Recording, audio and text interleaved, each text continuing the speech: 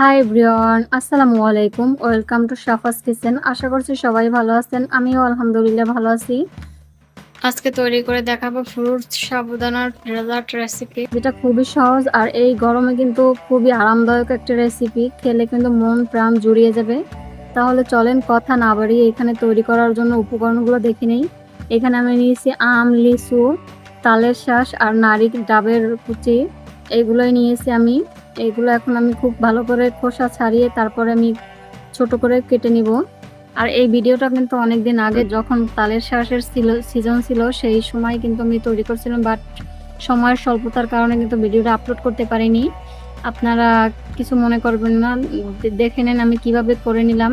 এখানে আমটা কিন্তু আমি খুব সুন্দর করে পিস করে কেটে নিব। আপনারা চাইলে যে কোনো ফ্রুটস দিয়ে কিন্তু সাবুদানার ডেজার্টটা তৈরি করে নিতে পারেন। খুবই মজাদার এবং হেলদি কিন্তু এই রেসিপিটা। এই গরমে কিন্তু বাচ্চা থেকে বড় সবাই কিন্তু পছন্দ করে ডেজার্ট রেসিপিটা। এইখানে দেখেন আমি তালের শাঁসও কিন্তু ছোট করে কুচি করে নিয়েছি। আর এখানে নিয়েছি লিচু কিন্তু আমি ছোট করে কিউব করে কেটে নিব।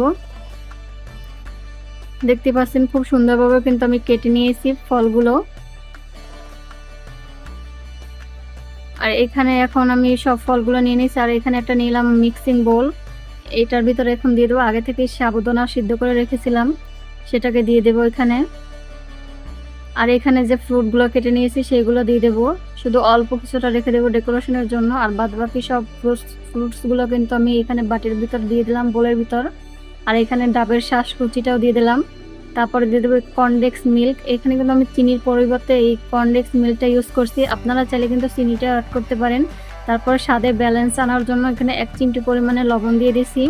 আর এইখানে দিয়েছি আগে থেকে ঘন করে জাল করা ঠান্ডা দুধ, লিকুইড দুধ, যেটা আমি আগে থেকে জাল করে ফ্রিজে রেখেছিলাম। এখানে দুধটা ঠান্ডা করে দেওয়ার চেষ্টা করবেন, তাতে কিন্তু ডেজার্টটার স্বাদ এবং খুবই লোভনীয় হয় কিন্তু। দেখতে পাচ্ছেন তারপর খুব ভালো করে সবকিছু মিক্স করে কিন্তু এখানে আমি সার্ভ করে নিলাম। আপনারা আপনাদের পছন্দ মতো করে সবকিছু অ্যাড করে নিতে পারেন ফ্রুটস।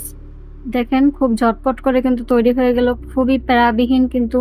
আর এই গরমে কিন্তু একবার হলে আপনারা তৈরি করে খাবেন। আশা করছি ভালো লাগছে। যদি ভালো লাগে তাহলে অবশ্যই লাইক, কমেন্ট এবং একটা শেয়ার করবেন।